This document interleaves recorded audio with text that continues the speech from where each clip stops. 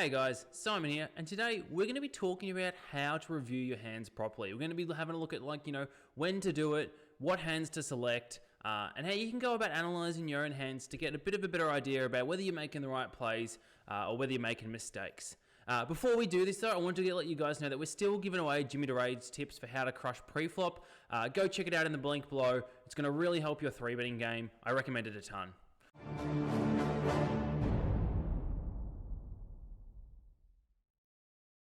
With that out of the way, let's talk about the topic for today. And the topic is how to analyze your hands properly, because it's a really important skill that you need to be able to learn how to do yourself, because we're not always going to have access to coaches or other people to help us, even though these resources are very valuable.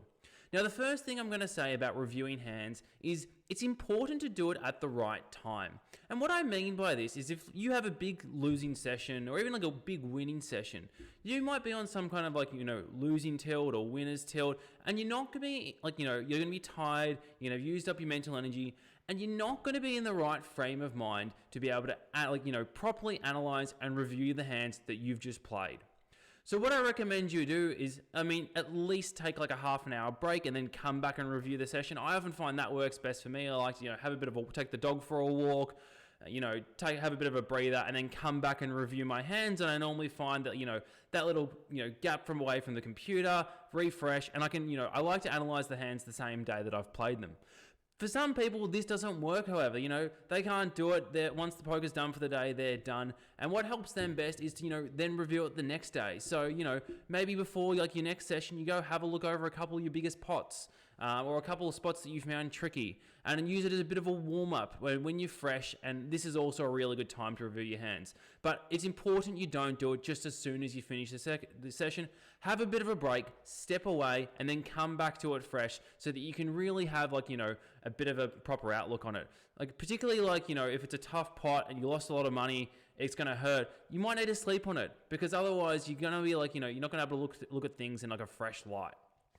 Alrighty, so you've had a bit of a break, you come back to review your hands. Now, it's important to select the right hands to review. What I often find when I have coachings with students and they're bringing hands to me to discuss is it's often the big pots that they've lost. Quite often I do hey guys, bring some hands for bluff catching. I want to see some tough spots. And often what happens is I just get more big pots that are coolers. It's I had top 2 pair and he had bottom set. And whilst these hands suck and they hurt, these aren't the hands that we want to review. These hands don't make a ton of sense to review. And quite often it's actually the small pots that are really, really important to review. They're the most frequent, they happen the most often, and it's actually where most of our win rate comes from. Obviously, the big pots matter heaps too. If we're making big mistakes in 200 big blind pots, that's obviously going to hurt our win rate. But it's important that we look at all kinds of hands. So I don't recommend just sorting from biggest pots, losing all the way down. I also don't recommend just, looking at your biggest winning pots. It's important to have a bit of a think about your session. Think about which spots you struggled with, which spots you found tough, and have a think about that. So we pick some interesting hands to review, stuff that's actually going to help you improve in your games. All right, so we're reviewing things fresh, and we've picked out some interesting hands for ourselves to review. Now, how do we actually go about doing it? Well, I'm going to bring up a hand here that I played earlier today, and we're going to have a bit of a look at it and have a bit of a breakdown, and I'm going to discuss my thought process for how I go about analyzing my own play. All right, so this is a bit of an interesting one that I've got from earlier today, and it's going to be a 3-bet pot, small blind versus button, and I'm going to have a bit of a discussion about how I go about analyzing my hand. So the first thing is it folds around to the button. He opens to $5, 2.5x, very standard, and I'm in the small blind with King 10 suited. My standard raise size here is $23. This is obviously a hand that we're always 3-betting. Not everything really to go off the book here. But however, it might be worth noting that you weren't sure around your preflop play. So what I often recommend doing, have a look at some charts. There's tons of free preflop charts out there. We've got the Preflop Bible as well as a resource. There's tons of stuff to check, and I recommend you guys mostly stick to the charts for your preflop play. Maybe if I had a read the button was a weaker player, we might look to open a little bit wider than the charts. But for most situations, you want to be opening pretty close to what's suggested by a Monka sim. In this scenario, this is like totally standard. The size is totally normal. I don't need to go check this. But if you're less comfortable with this stuff, there are resources out there to help you confirm whether your pre-flop play was correct. The one thing I will say is there are going to be pre-flop decisions that you can't just look at a chart for. There's going to be stuff where there's a 3-bet and a call behind, really funky stuff going on. And in those situations, you're going to have to use a bit of logic, and you might have to ask a friend, hey, what's going on in this spot? This isn't a standard 100 big blind spot. The guy opened to 5x under the gun. What do I do? And this is going to require a little bit of outside the box thinking. It's not going to be as simple as reference in a chart, cool my hands in there as a raise, easy, let's go. It might require a bit of what do I expect to play well against a player with this range? Anyway, I think pre-flop's one of the easier streets here, and we, face the call, and we get this flop of Queen 7-5 flush draw. And this is a spot that I wasn't quite sure of in game. I've had quite a big look at 3 betting, small blind and big blind versus button. And I wasn't sure exactly what strategy to play. Now, in game, I decided that the single Broadway and the 2 kind of lowish connected cards were okay to just a C-bet range. I decided it couldn't be too bad. I could just use a small sizing, and I figured I could probably just get away with it. It's probably a little bit of a mistake, but I don't think I'm going to lose more than 1% EV. And I decided to go with this small bet in game. And I think we see here, yeah, it's roughly 33%. Now, is this a good play to make? And the reason I made this play in game is because it was single Broadway and 2 low cards, and I kind of categorize boards into different categories, and based on those categories, I apply a different c-betting strategy. Now, one way to check this is to have a look at a sim. How would what would be our actual strategy on this board? And so I find using sims in spots you're unsure, particularly around stuff like flop and turn, where you're going to have relatively close to solver strategies. Running the sim itself is going to be super, super handy. So let's have a look at a sim and see how this compares. All right, so I've run a couple of sims here. I've run 2 sims, and the first one we're looking at this spot, it's small blind versus button, 100 big blinds, and I've used 2 sizes on the flop. I've used the 33, and I've used a big sizing as well. And we can see here there's almost no checking going on, very high frequency betting at 33%, and a little bit of big betting too. I don't play multiple size strategies, I just play a single size strategy, and I think in this spot I'm going to use one that's the higher frequency. And obviously if I use the big sizing I'm going to have to mix, but I think if I use the small sizing I'm going to be allowed to range bet. And I can check this right here. So I ran the same sim, but I forced it to range bet, and we see here that the EV is 116.81. And if we check the mix, it's 117.9. So we lose 1 chip by range betting, but in a pot of 225 chips, it's less than half a percent. So I would say this is a totally reasonable strategic adjustment to make. I wasn't sure whether I was actually able to range bet this in game, just because it is flush draw. The 7 and the 5 are kind of connected, but the single Broadway kind of boards, we are able to range bet in these positions, and I think this this holds up with my strategy, and I think we made the right decision in game. So back to the hand in question, and so I'm pretty happy with the decision making on the flop. I think range betting this is totally fine, and we face a call, and we get this 10 of hearts on the turn. Now this is actually kind of an interesting spot. Since we picked the small c-bet on the flop, I don't think we can actually have a jamming range on the turn. Maybe we can. We have, 1.5, no, it's almost 2x. It's a bit over 2x to go. So maybe we do have some jams here. I wouldn't be surprised if the solver jams some stuff, maybe kings, maybe even some stuff like ace queen, and some combo draws or flush draws. But again, I think I'm not going to play that strategy. I think if I was to have a betting range, and I don't think king 10 would get in it, I think I'd play something 3/4 or check. I think that's kind of what I would go for. I'm not sure how good that would be. Maybe we want to pot control and go smaller out of position because of all the draws present. Maybe we just want to go enormous and we want to rip it in. But I think my strategy would be 3/4 and check. And I think, where the bottom of our value range is going to be queen jack, maybe queen 9. And I think what we're going to use for bluffs here is going to be very equity based. I think we're going to have things backdoor flush draws like hearts, open-ended straight draws, maybe some stuff like some gut shots, some ace jack, ace king kind of business, particularly with a club or a heart. And I'm kind of thinking about how my strategy as a whole. How does my strategy play when I'm reviewing a hand? And so we can have a look at this in the sim. So I think like, all our pairs except for like, the queen X and over pairs are going to bet. We're going to have some slow plays with some sets. And I like to kind of compare this to like, what's going on in a sim. Not only does it make sense to me logically in terms of having some bluffs and having some value and thinking of what those are going to be, but also, we do have these resources here where we can like kind of check out some solutions. And so this is the turn. You can see there's a tiny bit of jamming, but it's mostly going 3/4 or it is blocking. Now, if you guys wanted to play multiple size strategies, you probably want to like, use the small one, use the big one, but I'm not a big advocate for multiple size strategies. I'm only going to use the big bet here. So when I'm reviewing my hand, it's important that the sim that I create matches the strategy that I'm playing. This sim actually doesn't mean a whole lot to me because I don't play this strategy, and that's okay. I'm not trying to play this strategy. So what I'd do, create a quick subtree, and then all I'm going to do is go 75, build tree, okay, go, and I'm going to rebuild my tree for the strategy that I'm going to use after I see that it's okay.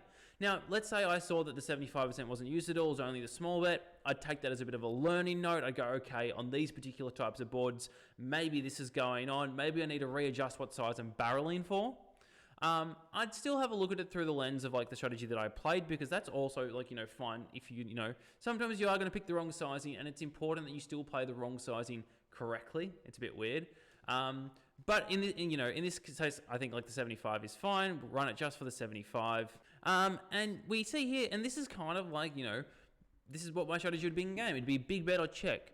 Now, let's have a look at what's going on. So I kind of thought like Queen Jack was the bottom of my value range, and I think that I'm going to be using a lot of high equity bluffs or gut shots and overpair, like Ace Jack, Ace King with a club as my bluffs. Now, we can see here the overpairs do like to bet. Ace Queen, King Queen, Queen Jack really likes to bet, and we can see that's about the bottom of the value range. Queen 9 here, not a really big fan of betting, and so, I was a little bit off with the bottom of my value range, but I think, it makes a lot of sense. Now, a couple of things that I might have missed were a couple of these like Ace 10 kind of hands, King 10 kind of hands. In game, I didn't want to bet King 10 at all. I didn't think that was a hand that I actually ever wanted to bet. Now, surprisingly here, we do get to do some betting with 10x. It's kind of interesting. I think it's just forcing equity. I think that like, we're ahead of a lot of like, things like pocket 8s, pocket 9s, 7x, 5x, and we're still ahead of all the draws. So we are charging draws as well, and there are an abundance of draws that still have to call us.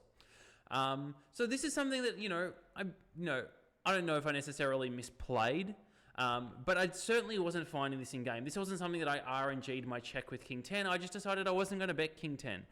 Now, would I try to implement this in game? I'm not sure. I'd have to say this, this is a thing that does happen when you turn second pair, you barrel it a little bit. But I don't think it's going to be a massive mistake not to find this myself. Obviously, checking is a totally fine option. The solver checks a ton. But, it is something to something to note that I wasn't finding this myself. And so this is something that I can think about when I'm in this spot again. Maybe I do end up finding a bit of the barreling, in a similar kind of spot. We then have a look at our bluffs, and you can see things like, the open-enders are bluffing. Obviously, like Ace Jack, like clubs and hearts is going for it. We can see here, lots of flush draws like to barrel. And you can see, a bunch of stuff like, Ace King loves barreling. It doesn't perform very well when I check and he stabs at it, because I don't have enough equity to check raise all in. So it's mostly barreling. And I probably would play my Ace Kings a little bit too passively in this spot, to be honest. I'd be looking for the heart or the club. And, as I can see, it actually doesn't matter. It just likes to barrel them all. So that's something, I probably need to, improve on in game. But overall, I think, this makes a lot of sense. I think we played this, relatively well. Obviously, checking King 10 was fine. But here comes the interesting straight. And this is probably the toughest part for the things to review. Because for the flop and the turn, particularly if this is, this is a zone hand against an unknown regular, I'm going to just try to, copy the solver as much as possible. But when we get to the river, things start to get a little bit weird. Because all of a sudden, I don't think the solver actually is going to tell us the most, accurate way to play the hand. Because the solver is going to do, everything's going to be a bit like 0 EV in terms of bluff catching. And, value thresholds get weird because it's tough to tell. But you can still use the solver as a bit of a guide at how the spot operates at a baseline. Okay? Now, in this spot here, I decided I wanted to have two strategies. And I like to play two strategies on the river in this spot. One of these is a small bet. I like to really have a block bet part of my range.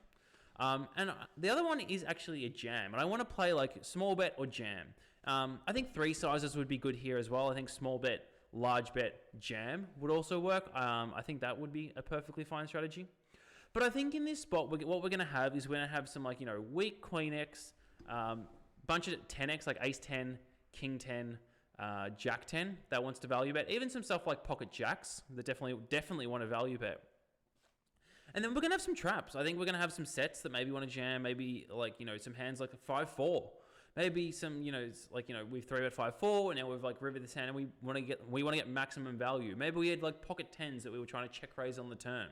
So I think we're going to have a couple hands that we're going to want to jam as well. And I think for this hand, I think I prefer the small block sizing. I think the block is going to be based around like 10X and jacks.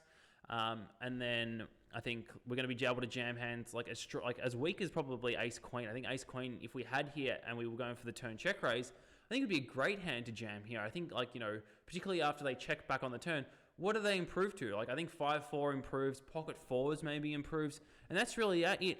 Like ace queen is basically the nuts in this spot.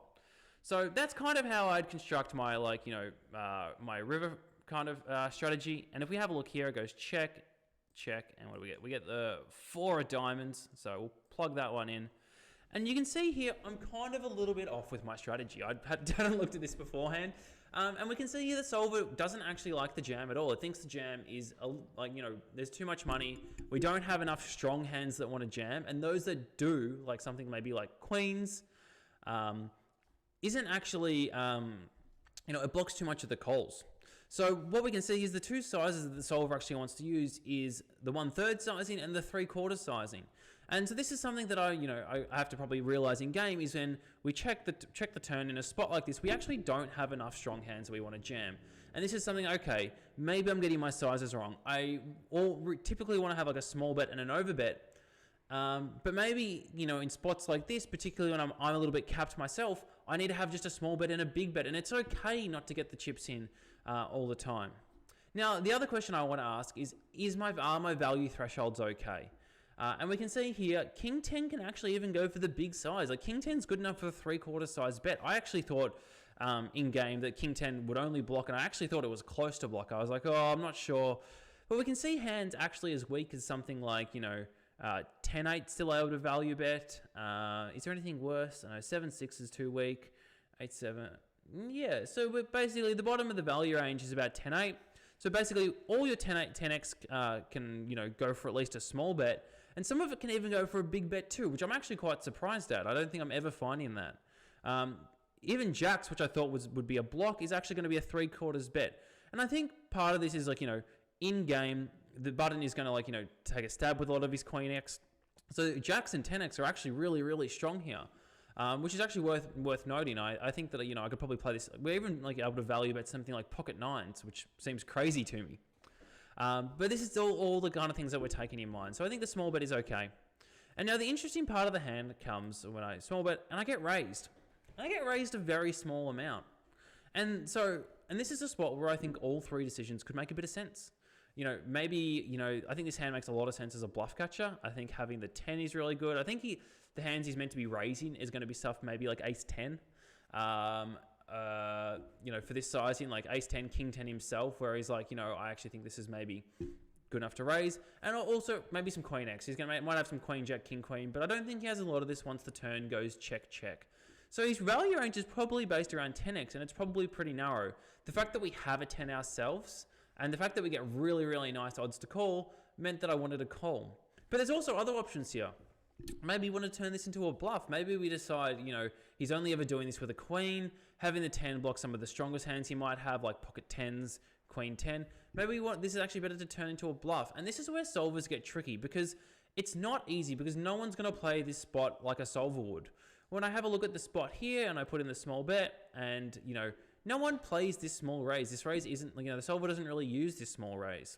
And so having a look at what we do here isn't super helpful. I mean, we can see here that king 10 completely mixes. This isn't a strategy that you can look at a solver and go, cool, I made the right decision. I call 95% of the time.